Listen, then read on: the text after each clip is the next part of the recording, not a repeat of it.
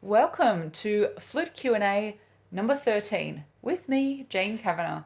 So I'm a flute teacher. I live in Sydney in Australia and I teach people how to get faster progress on the flute through learning proper technique. I can normally say the word flute. So I love teaching people the little tweaks of proper technique that instantly improve their flute playing. It's quite amazing to learn proper technique because of the instant improvement that it gives you. So our questions today come from Moira, Wats, Kim, and Dale. Actually, Moira's got two questions, and they're both good. Okay, the first question from Moira. When playing a chromatic scale, is there a secret of going from F sharp to F smoothly with no interim sound? You betcha. You bet there is, Moira. So what Moira is talking about is when you play F. Oh, that's my first note of the day. I haven't had any warm up here.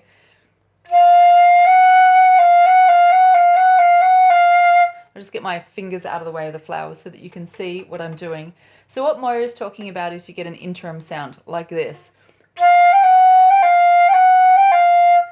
I exaggerated it. It's probably not that bad, Moira, when you're doing it. But there is a very specific reason and a very easily fixable reason why that's happening. And it's your fingers, the two fingers in question, are not moving at exactly the same time. So your job is to figure out which one is moving too early or which one is lagging, which is the opposite. So I want you to think, this is the way you fix it. Firstly, we're going to test out this finger. So I want you to think about moving this finger slightly earlier than what you normally would. So think earlier and slightly anticipate moving this finger and see if that clears up the interim sound. Now, if it makes it worse, it's probably because it was the other finger. So then I want you to think about anticipating your ring finger earlier. So I'm doing this weird position so that you can actually see my fingers against the white wall, not against the flowers, which are very beautiful. So, and I just fully lost my train of thought there. Anticipate your ring finger moving sooner and see if that clears up your interim sound. Now, it might seem so simple and you might think, yeah, but what if neither of these work? Or someone might be thinking that, maybe not you, Moira. The short answer is one of them will work 100% because there is only one reason why you're getting an interim sound, and it's because one finger is moving earlier than the other. And you just got to figure out which one it is. So there you go. All right. The next question comes from Moira. I suspect it's the same Moira, not a different Moira. But if it's a different person, hi. Hi to you too. She says, I was wondering if you had any tips for people who have got to the point where they get a clear and clean sound out of the flute, but somehow it still lacks the beauty of a professional player. Yes, I do. I'm glad you asked. The most important thing for you is to find a tone exercise that works for you. That last bit is important, that works for you. Lots of people play tone exercises or they play long notes because they've heard that long notes are good for tone, and they do it for days and weeks and years, and probably their tone gets a little bit better, but they might get to a point where you're like, it's better, but it's not as good as what I know it could be. So there's a difference between playing a tone exercise and hoping it works and playing the right tone exercise for you and knowing that it works because you can hear it work not only within your practice session, but within the note that you're playing. It's not necessarily the exercise that you're doing, it's the way you're doing the exercise. So I have a very specific solution for you, Moira, and I've already recorded a video on it. It's called the 3 tone exercises to avoid. I'm going to put a link to it for you below this question so that you can go straight to that video and learn what tone exercises to do and which ones to avoid and how to play them and how to avoid playing them. And in fact, so the tone exercise that I do, I've called the magic tone exercise. And I've included that in the Flute Academy on days 17 to 23 in the Flute Academy. So I just had a look at the Flute Academy lessons. So there's a 45-day course in there. It's called the 45-day Flute Transformation inside the Flute Academy. Days 17 to 23 is the magic tone exercise broken up into 1 day exercises, and then you know the whole thing after doing that for 6-7 days in the magic tone exercise module. And then you can just do that exercise each time you play. And it's very, very effective. And just be aware that I'm not actually teaching you, I am teaching you a specific exercise, but you could look up on the internet and find this exercise anywhere, or a similar exercise. What I'm teaching you in the magic tone exercise is how to do the exercise. That's why it's broken up into 7 separate days, because it's a little tweak of how to think about the exercise every time you do every day through the module, and then you have a complete magic tone exercise at the end.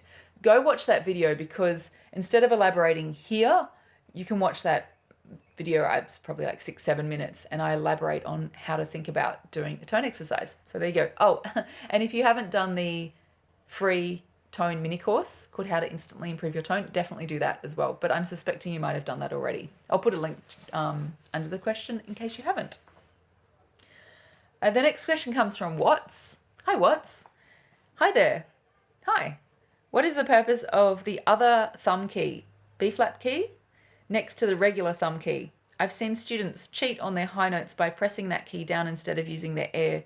Any insight on how to properly use this key would be helpful. That's such an interesting question, Wats. So I suspect that Wats is talking about this key here as opposed to this one. So this is B natural, this is B flat.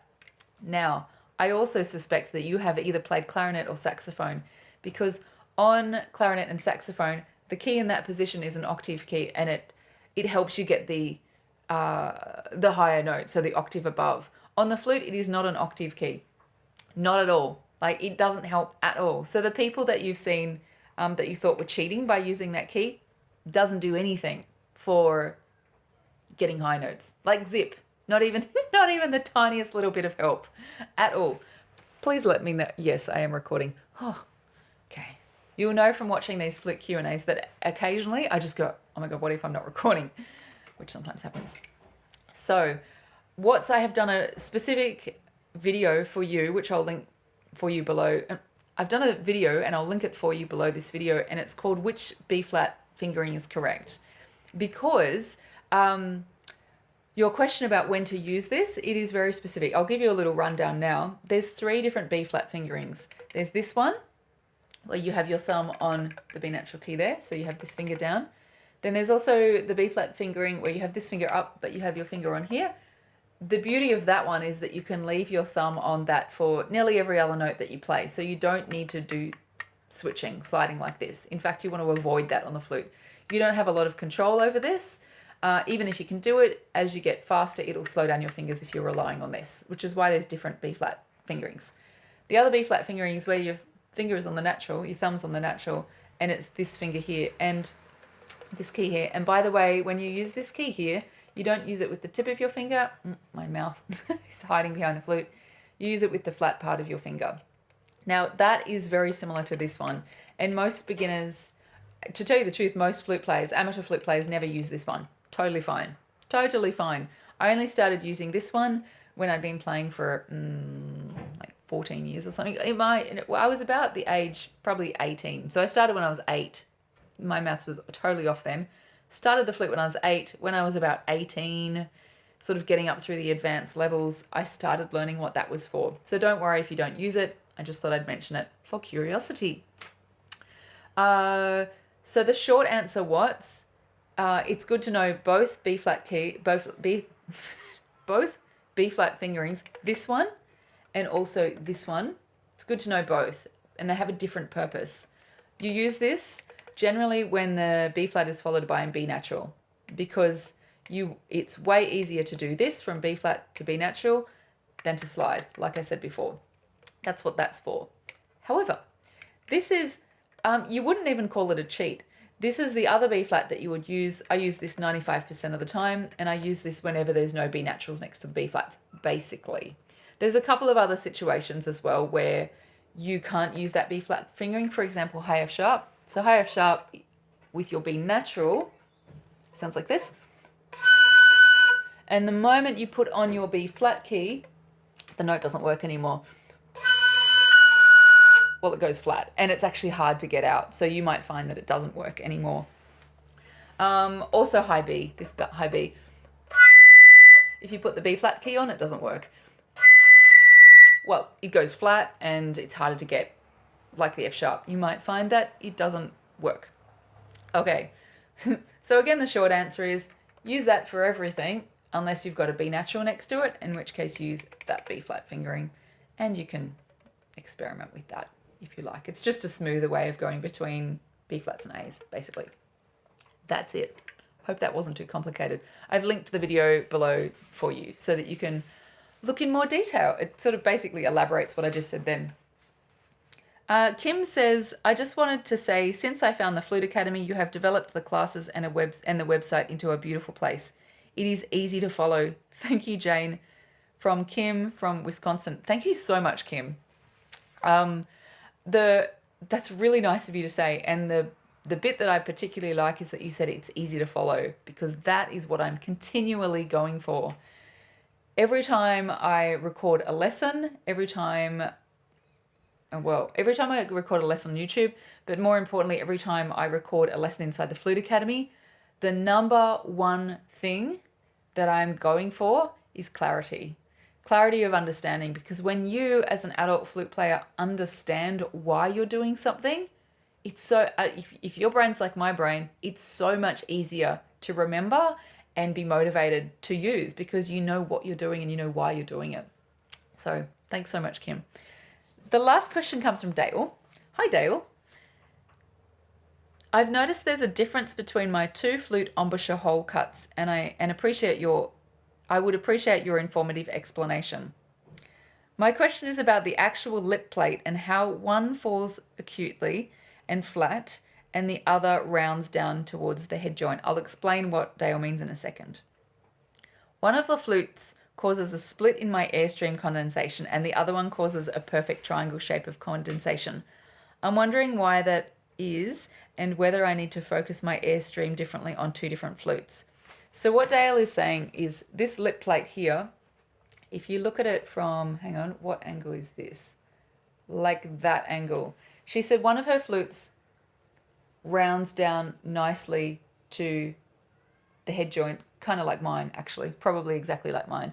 And then one of them is a bit more of an angle and it goes flat down. And then she's saying that one of them, when she plays, she gets airstream condensation on this opposite edge here, not edge, on this opposite flat bit of the lip plate in a perfect triangle condensation. And that's one way to see if you're blowing in a focused way. If it's a bit of a fat condensation mark, the hole in your mouth's likely too wide. But if it's like a nice triangle, it means that you've got some focus to it. It's not the be all and end all way. Oh my head's chopped off. It's not the be all and end all way of focusing your airstream, but it's just a little guide. And then she says that on her other flute, the airstream splits in two, which is really interesting. By the way, I'm not showing you on my flute because my lip plate has tarnish on it, because I leave it out, and then once a year I get my flute serviced and untarnished and it's shiny again. So you can't really see the condensation mark on my flute, but you'll be able to see it on your own. Have a look in the mirror when you play, because the condensation mark disappears really quickly. So almost by the time you play and then you look at it, it's almost time for it to, it almost has time to disappear. So do it in the mirror. The short answer, Dale, is I don't know. I don't know whether the lip plate is causing that difference in airstream, but I would suspect that yes, the difference is that. Because, flutes are flutes, and it's such a big difference to have the difference between having a triangle and having it split in two. That's a huge difference. And also the difference in the lip plate construction is quite dramatic from what you say. I know I've seen those flutes that you're talking about. And then so it probably is that, because it's exactly where you're talking about, that difference in construction and the difference in the condensation mark. Now, your next question about should you be focusing your airstream differently on both flutes? Basically, most elite flute players, good flute players, semi-professional flute players, they just use one flute.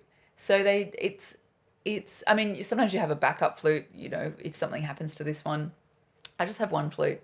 And you don't need to be versatile by switching between flutes. So when you said, should you be focusing your airstream differently on two different flutes? Probably yes, but it's not an asset for you to be able to switch between two flutes. You don't really need that as a skill. So what most players would do, I would probably say even all players would do, they have their main flute and they're used to playing on that flute, and they focus their airstream for the tone for that flute. Like, you get used to your flute, and then that's the way you play the flute. If I go and play someone else's flute, or if I was to play one of your flutes, I'd be like, oh, that's so weird. And I would have to adjust my playing, and I'd practice on it for a few weeks to really get myself familiar with the feeling of the flute and to get my best sound. But I would only do that if, you know, say this flute got stolen or something and I needed to adapt to a new flute.